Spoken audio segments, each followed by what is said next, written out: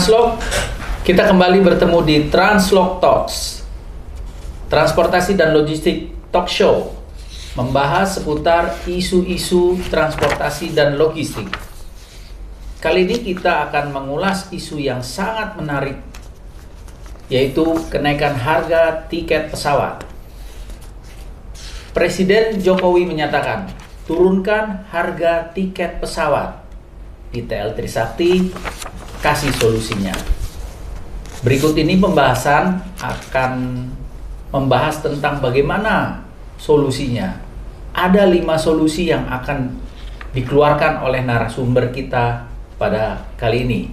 Bersama saya, Yosi Pahala.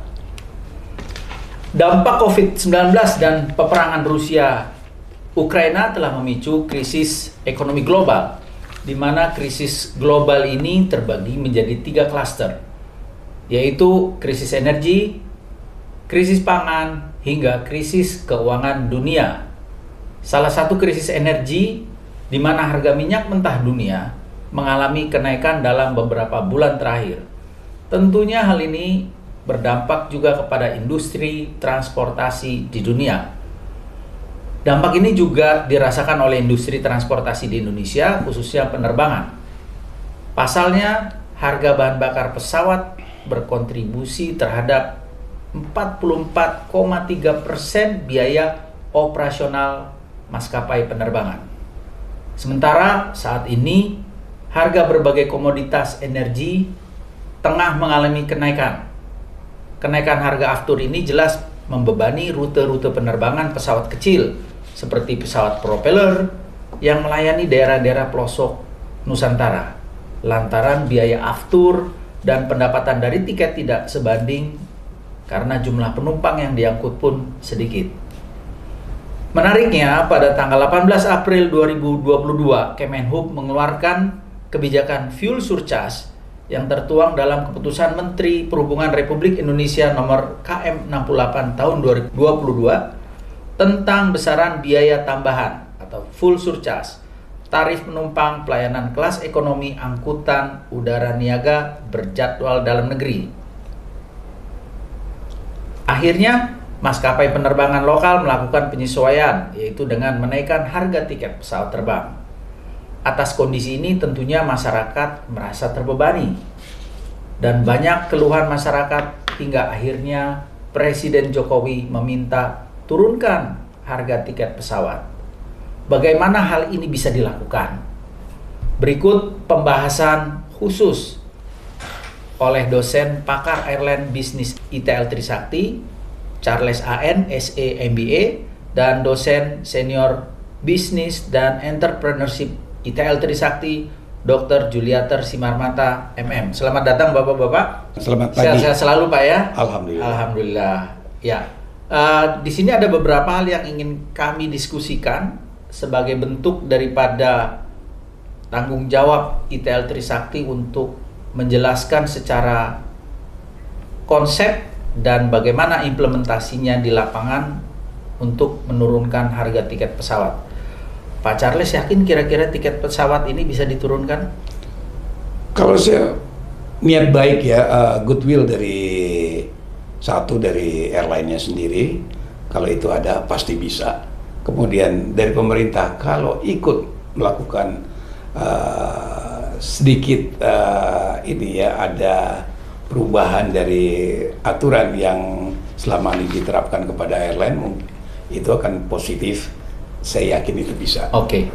Nah, kita langsung saja pembahasannya satu persatu dulu ya, Pak Dr. Juliater. Kita ke Pak Charles dulu.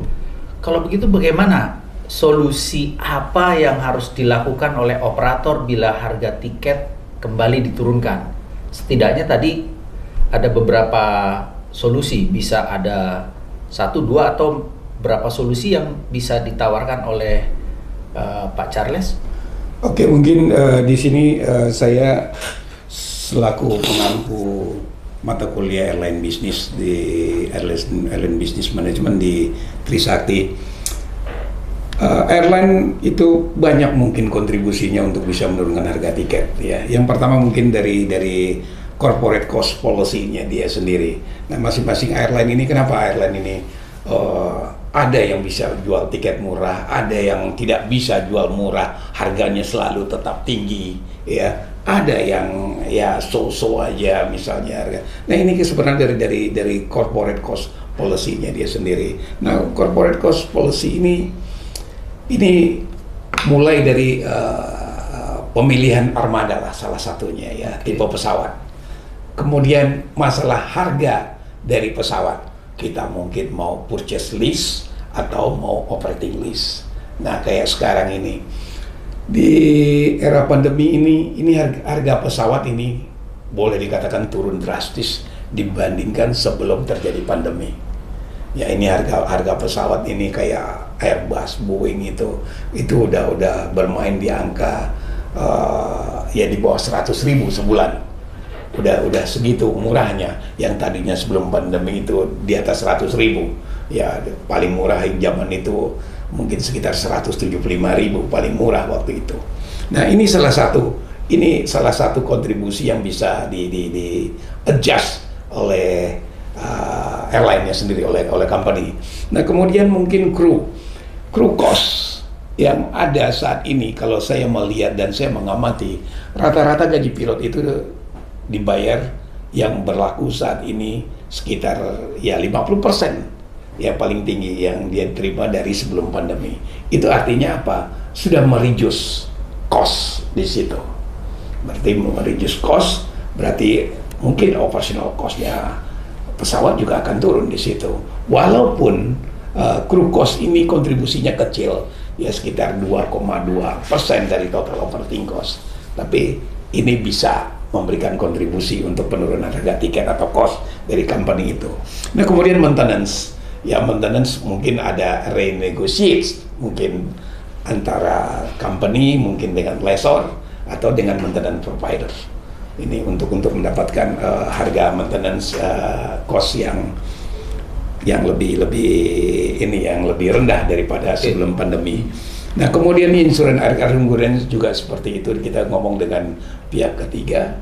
Ini aircraft insurance ini juga sebelum pandemi itu tinggi, dan saat pandemi ini juga ada terjadi penurunan karena apa? Insurans juga mau hidup, sementara pesawat tidak ada yang terbang. Nah ini mungkin kita bisa lakukan renegotiate di sini. Nah kemudian indirect operating cost juga udah pasti turun ya, karena apa? Karyawan banyak yang di PHK. Ya, overhead juga kantor-kantor banyak yang dikurangin. Ini banyaklah dari indirect operating cost sudah pasti. Nah, kemudian profit margin. Nah, kalau profit margin kalau kita baca dari peraturan pemerintah, kalau nggak salah yaitu PM di situ bunyinya untuk menghitung BEP itu kita sekitar 60% BEP. Artinya apa? Kita bisa mendapatkan profit margin 50% dari total cost. Kalau kita untuk mendapatkan BEP 65%. Itu poinnya. Nah, saat ini airline harga tiketnya saya cek di seminggu yang lalu itu untuk terbang sekitar 1 jam 40. Itu harga tiket itu sekitar 1.270.000-an ya. Rata-rata ini saya lihat LCC, Citylink, kemudian Lion Air, kemudian SAJ ya. Itu harga tiketnya bagi saya. Nah itu dengan harga segitu aja, itu profit margin dari company, itu yang saya masukin, saya bikin suatu simulasi, itu 20% profit margin airline. Artinya itu besar. Dengan asumsi crew cost yang saya masukin masih gaji kru yang sebelum pandemi. Artinya, itu baru dari profit marginnya saja yang dihitung aja. Belum yang lain tadi ya? Belum yang lainnya.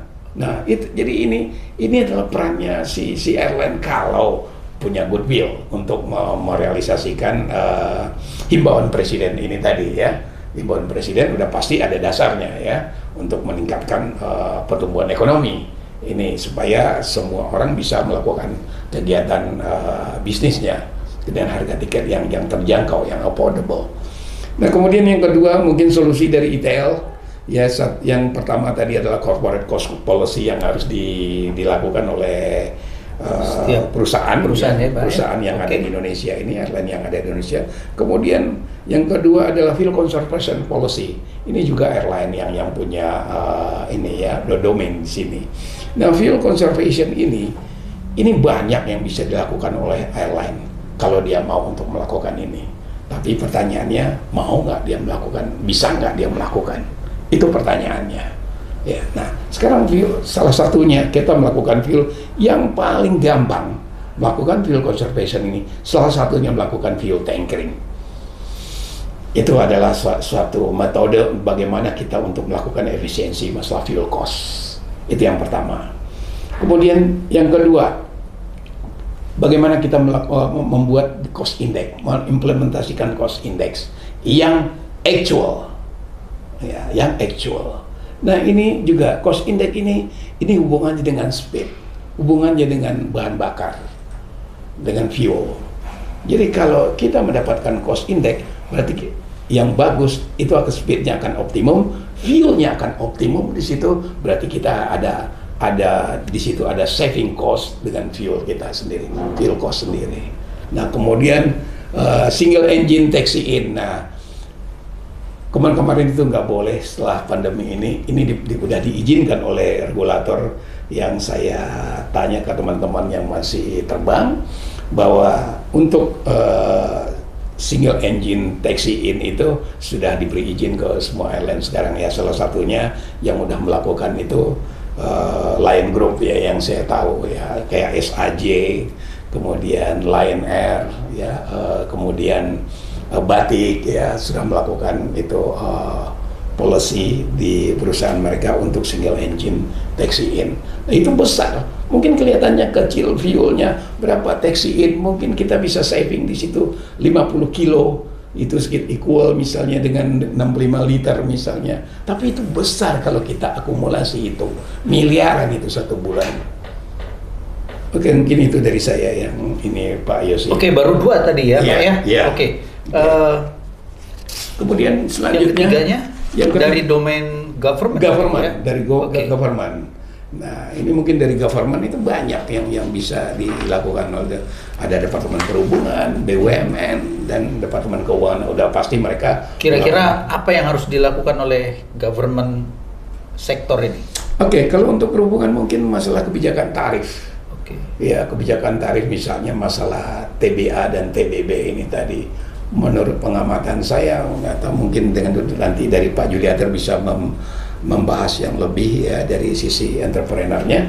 Tapi menurut hemat saya, kebijakan tarif ini TBA, TBB ini masih perlu nggak? Menurut saya udah nggak perlu. Karena apa sekarang? Dengan harga yang ada sekarang ditambah fuel surcharge, itu kalau kita lihat listnya ya dari tarif batas atas itu yang ditetapkan oleh pemerintah, itu kita udah bisa di atas itu. Contohnya yang Garuda punya, harga Garuda itu udah di atas itu untuk full service. Kita ngomong 1 jam terbang sekarang kalau ngomongin tarif dari cost yang ada untuk full service itu udah $70 untuk sejam terbang. Kita ngomong ini average of price-nya $70.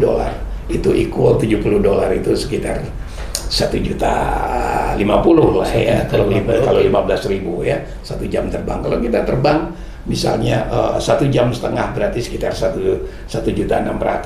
Sementara 1,5 jam Garuda jual 1.900.000, apa nggak di atas itu? Nah, itu pertanyaan. Artinya kebijakan tarif itu memang harus betul-betul dianalisis secara tepat, Pak. Betul. Ya, bisa dianalisis atau masih diperlukan atau tidak. Ya, dianalisis atau mungkin ada perubahan dari regulasi ini dengan plafonnya atau kita hilangkan. Itu mungkin dari kebijakan tarif. Mungkin pemerintah juga punya pertimbangan lain. Bagaimana ini perlu, tarif batas bawah masih perlu nggak? Nggak mungkin.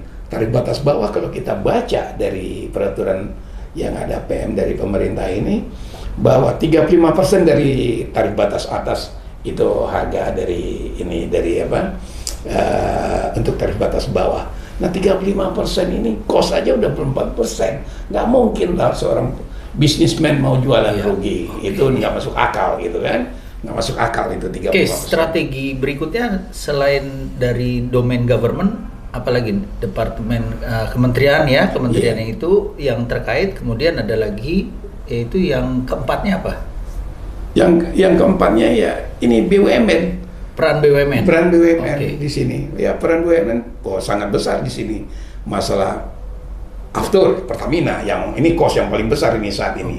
44,32%. Kalau saya ambil harga fuel bulan Juli ya 2022 ini 44 ya persen. Itu kan tinggi. Itu untuk pesawat itu secara average saya ambil itu. Ya untuk Boeing 737 800 yang saya ambil yang medium. Nah, artinya BUMN ini harus punya peran juga di dalam mengelola atau menekan tarif yang naik ini Pak ya? Sangat. Tadi ada dari Pertamina. Ya itu. Kemudian ada BUMN, dari ada Pertamina, kemudian dari Airnav, masalah road charges, kemudian Angkasa Pura, masalah landing fee dan parking fee. Ini kan harganya dinaikin. Harganya nggak tanggung-tanggung naik dengan peraturan yang terbaru itu. Ya, dari harga 3.000 naik ke angka 7.000 terakhir kalau saya nggak salah. Untuk harga ini road charges ini per 100 kilometernya.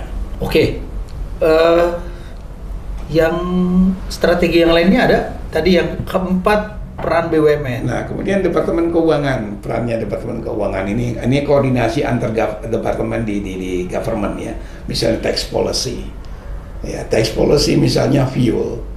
Fuel itu kalau kita di Batam beli fuel, kita isi fuel, itu nggak dikenakan PPN. Kenapa di bandara-bandara lain dikenakan PPN? Itu pertanyaannya. Bisa nggak pemerintah melakukan ini? Tidak semua seragam tidak dikenakan PPN. Otomatis itu fuel cost akan turun. Itu akan berpengaruh sekali. Berpengaruh besar itu. Sangat berpengaruh besar itu dari tax policy ya. Ini saya kira ini memang ada 5 ya. Ada 5 yang memang patut menjadi perhatian.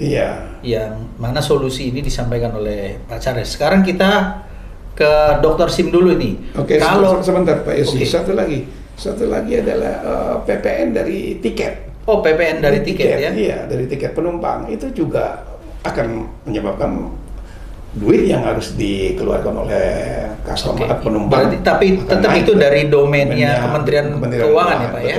PPN daripada tiket itu juga harus bisa di-reduce ya? Di-reduce ya. Iya.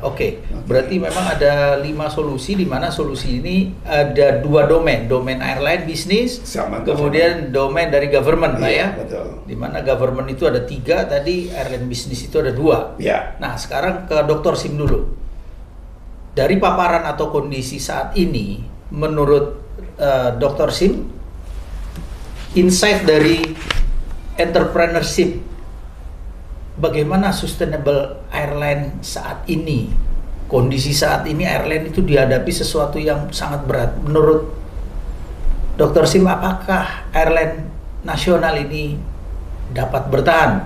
Apalagi tadi sudah ada beberapa solusi yang diberikan oleh Pak Charles.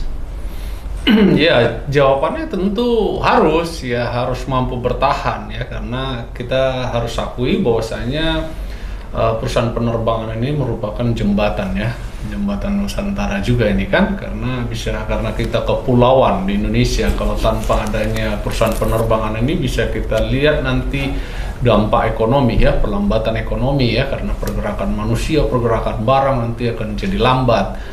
Jadi ini harus didukung, kita support statement ataupun arahan ataupun instruksi dari Presiden Jokowi untuk bisa menurunkan harga tiket ya, supaya rakyat mampu menjangkau, sehingga aktivitas ekonomi, perputaran manusia dan barang juga akan terus bertahan ya, membaik maksudnya, dan ekonomi kita akan berdampak positif atau bisa bertahan lah ya terhadap pengaruh-pengaruh global sekarang ini ya, inflasi global, resesi global ya. Jadi kita harapkan himbauan Presiden ini bisa mendukung. Jadi tentu airline bisnis ini mampu bertahan, tentu semua pihak juga akan harus mendukung ya. Di samping yang dijelaskan Pak Charles tadi adalah dari pihak operatornya, dari pihak perusahaan penerbangan, mereka harus fokus untuk bisa benar-benar memotong biaya-biaya yang tidak terlalu penting ya. Kalau di direct cost-nya yang berhubungan langsung dengan penerbangan tersebut, tentu agak sulit kita memotongnya ya, tapi mungkin indirect cost ya, mungkin bisa kalau pegawainya masih terlalu banyak bisa kita kurangin ya. Kemudian kalau gaji pegawainya masih terlalu tinggi kita kurangi dulu untuk sementara di masa sulit ini ya. Misalnya juga untuk procurement pesawat tadi Pak Charles sudah jelaskan bahwasanya procurement pesawat itu kalau bisa melihat peluang di masa pandemi ini sebenarnya bisa kita mendapatkan harga pesawat yang luar biasa murahnya. Mungkin hanya bisa kita dapatkan di masa-masa sekarang ini, di masa pandemi ya. Tadi dijelaskan 200 ribuan per bulan sewanya, 200 ribu US dollar bisa didapatkan 45 ribu, 50 ribu. Wah, sudah berapa persen itu penurunan pengadaan pesawat ya. Jadi pihak perusahaan penerbangan juga harus fokus untuk bisa menurunkan dia punya direct cost-nya dan juga indirect cost-nya ya, yang tidak berhubungan langsung dengan perusahaan penerbangan.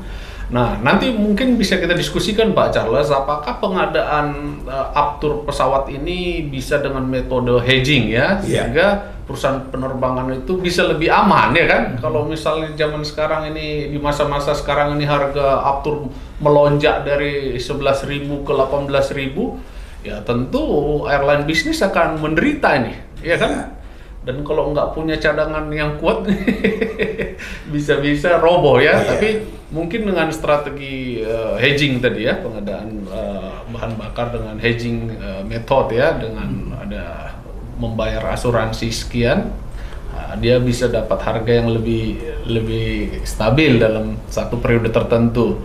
Nah itu saya kira bisa dilakukan, di samping juga dari pihak tadi udah dijelaskan dari BUMN, dari pemerintah ya, Departemen Keuangan. Jadi semua harus bersama-sama ini. Tapi saya mendukung 5 solusi tadi kalau bersama-sama dilakukan. Saya kira arahan atau instruksi Pak Presiden Jokowi untuk harga tiket pesawat ini bisa diturunkan, saya kira possible. Itu possible saya kira possible.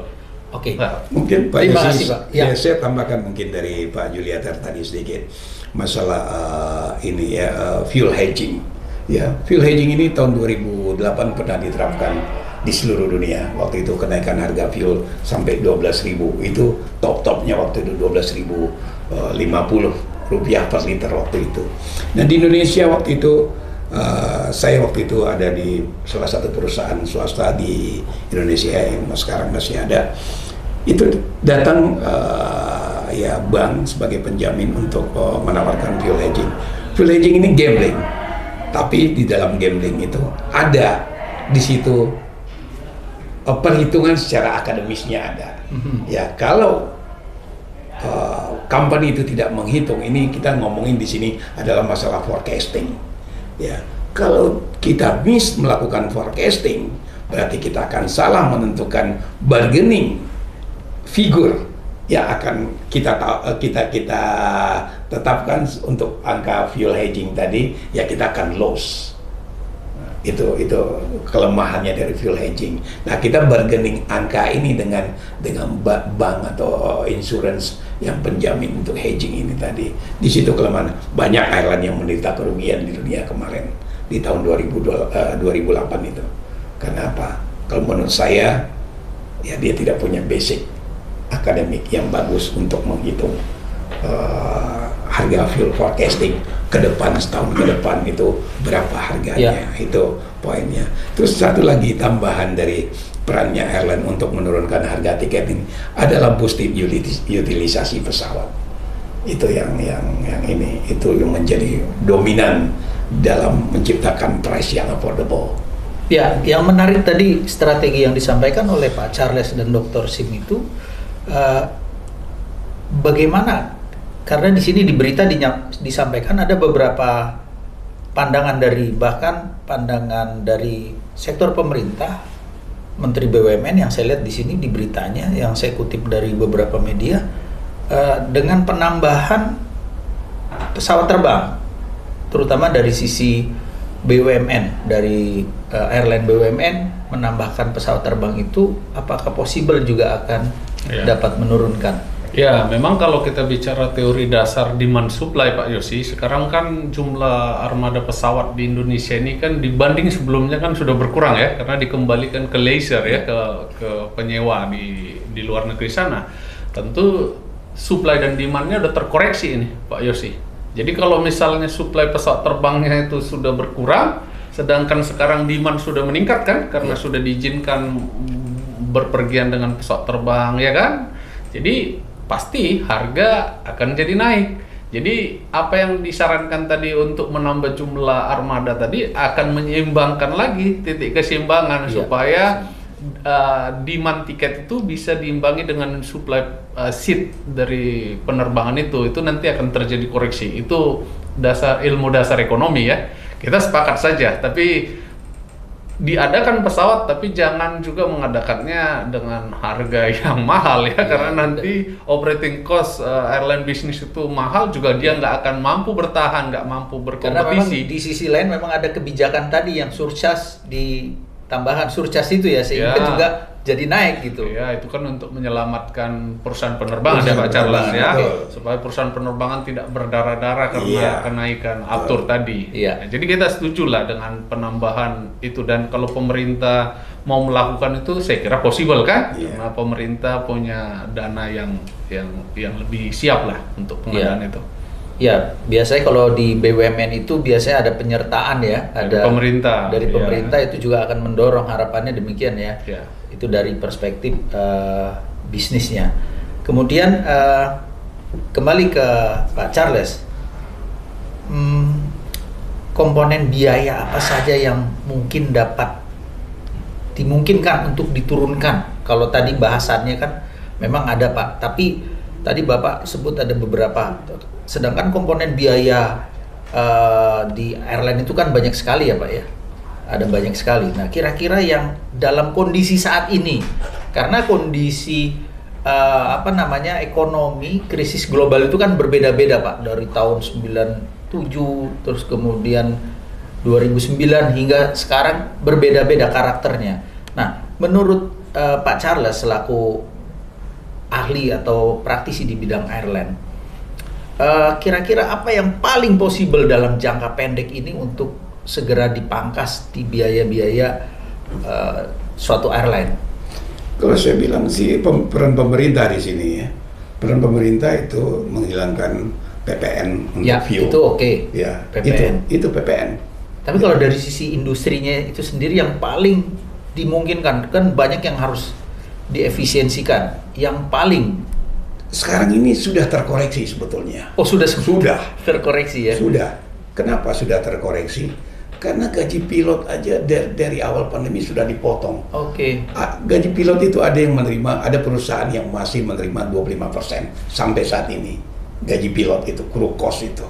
Padahal itu tidak seharusnya gaji pilot itu dipotong. Gaji pilot itu berdampak kepada safety. Ya, itu dampaknya ke safety. Kalau kita lihat dari struktur cost airline ini, itu gaji pilot itu crew cost itu cuma 2,4%, kecil sekali dari total operating cost-nya. Sekarang kalau itu dipotong, tapi dampaknya itu ke safety. Bayangkan Pak Yosi, ini saya cerita sedikit.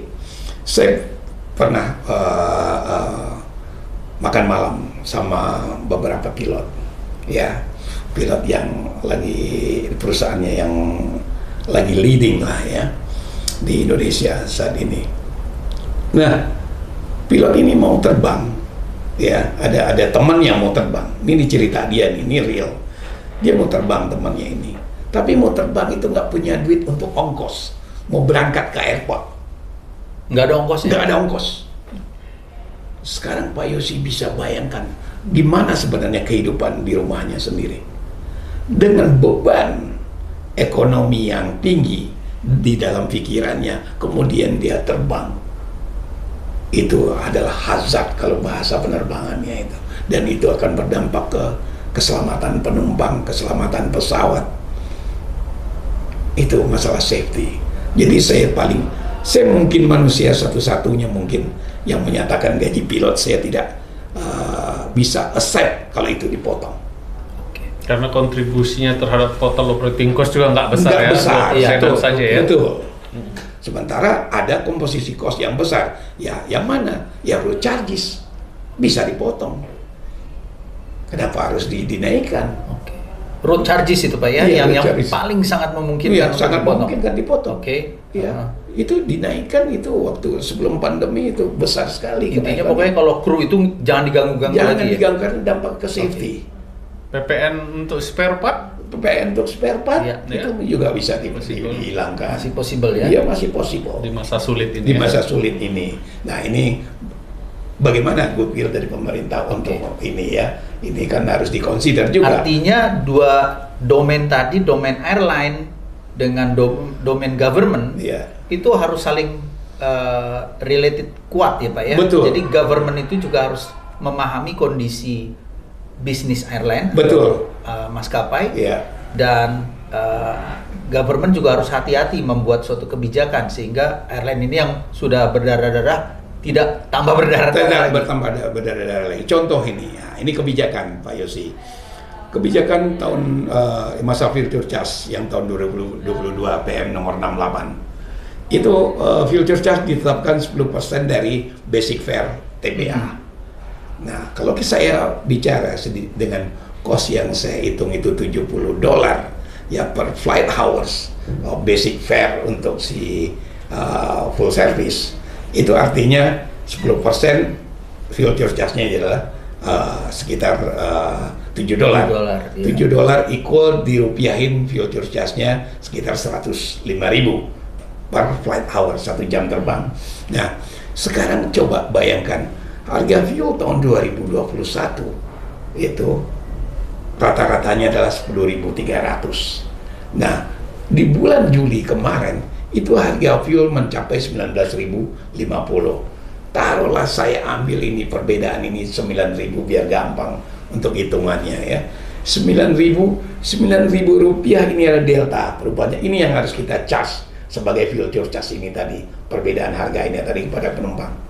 Nah, penumpang ya, ini penumpang mengkonsum fuel terbang itu 13,5 liter 1 jam terbang. Oke, 9.000 kali 13,5 sekitar 120.000 lah misalnya. Berarti ada beda di situ 15.000. Siapa yang nombok 15.000 tadi? Airline. Itu 1 pax. Kalau penumpangnya 100, berarti 1,5 juta. Itu dia harus tombok itu 100 penumpang dengan 50% penumpang. Kalau dia penuh lebih besar lagi. Nah, saya ambil 50% load factor 1,5 juta. Ada penerbangan salah satu company misalnya 500 flight sehari 500 flight ya, 500 dikali 1,5 juta 750 juta satu hari dia harus tombok. Sebulan 75 miliar bos. Kemana? Ya kan? Ya 75 miliar atau 7,5 miliar itu. Iya.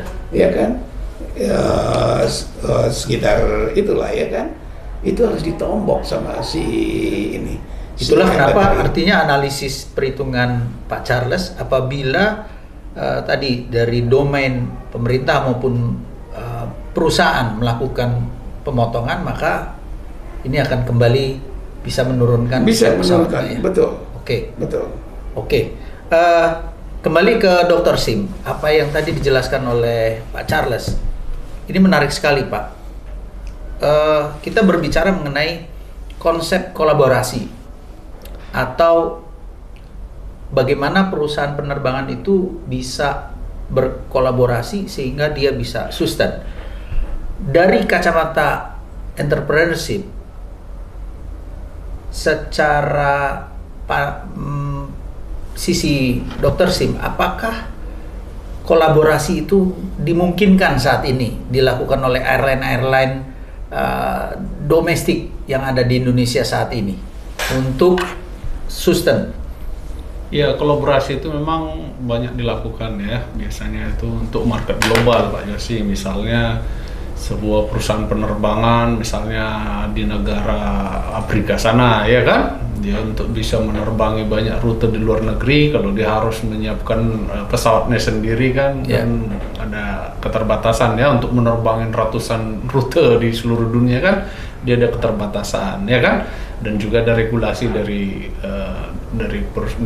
pemerintah masing-masing ya, karena kita kan nggak bisa memasuki pasar domestiknya perusahaan pasar domestik suatu negara. Nah, kalau untuk Indonesia saya kira karena kita punya market yang besar ya, kita punya 270 juta penduduk, dan saya kira kita pernah mencapai 100 juta lebih penumpang yang dalam setahun ya untuk di industri perusahaan penerbangan ini. Jadi saya kira belum dibutuhkan itu ya, belum terlalu penting ya, karena saya kira kita di rute sendiri market kita masih besar ya. Jadi saya kira airline kita juga masih bisa lah untuk mendapatkan keuntungan dengan menerbangi rute domestik ini ya. Cuma beberapa perusahaan penerbangan di Indonesia ada kita tahu perusahaan penerbangan di Indonesia dia malah membentuk beberapa perusahaan penerbangan ya SBU dengan beda servis ya. Ada yang full service, ada yang low cost, ada yang middle gitu ya, sehingga dia bisa melayani berbagai level dari customer ya. Jadi saya kira kolaborasi yang sifatnya aliansi itu saya kira untuk market lokal saya kira belum tepat ya, belum tepat lah untuk saat ini. Untuk saat ini, Pak. Tapi kalau untuk membuka beberapa sub bisnis unit itu dimungkinkan ya, itu udah jadi beberapa level. Udah dilakukan oleh perusahaan penerbangan yang ada saat ini betul. Dan kondisi saat ini pun juga kelihatannya memenuhi ya, artinya bisa dilakukan itu untuk menjaga pasar ya Pak ya? Ya, untuk menjaga keseimbangan market share lah. Kan ada juga undang-undang anti monopoli ya kan? Jadi itu salah satu bentuk alibi lah ya. Supaya jangan dibawa ke pengadilan ya kan? Nah, itu jadi ada strateginya. Ada strateginya itu ya. Oke, sebagai penutup dari Pak Charles, kira-kira harapannya ke depan sebagai dosen praktisi di bidang airline bisnis ini untuk kondisi saat ini, apa yang harus dilakukan secara praktis?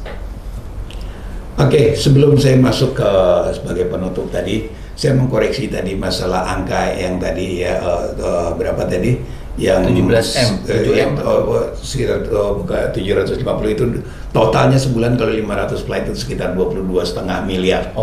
Itu kerugian yang harus ditanggung sama airline kalau misalnya harga fuel 19.000 seperti kemarin di bulan Juli ya. Ini yang terjadi di ini karena kesalahan menentukan fuel surcharge dari pemerintah. Jadi sebenarnya dari pemerintah ini sendiri juga harus tahu bagaimana untuk perhitungan ya untuk fuel surcharge ini ada dasarnya, seharusnya bukan ujuk-ujuk 10% gitu atau 15% atau 20%, bukan begitu, tapi ada dasarnya gitu. Itu. Ya. Nah, sebagai penutup dari saya, untuk yang pertama untuk dunia industri airline itu sendiri ya untuk teman-teman yang airline yang beroperasi saat ini ya, agar harga tiket ini dapat dijangkau oleh masyarakat ya, mungkin bisa dilakukan evaluasi terhadap cost structure yang ada saat ini. Itu yang pertama. Kedua, mungkin menerapkan fuel conservation di dalam perusahaan, dan itu dimasukkan ke dalam perhitungan cost dari hasil fuel conservation ini tadi. Nah, yang ketiga, seperti fuel hedging yang dibicarakan tadi sama Pak Juliater, boleh itu dilakukan kalau bisa menghitungnya. Sekian dari saya. Terima kasih Pak Charles. Ya. Dari Dr. Sim, kira-kira dari sisi bisnis dan entrepreneurship, apakah Anda yakin perusahaan penerbangan domestik bisa bertahan?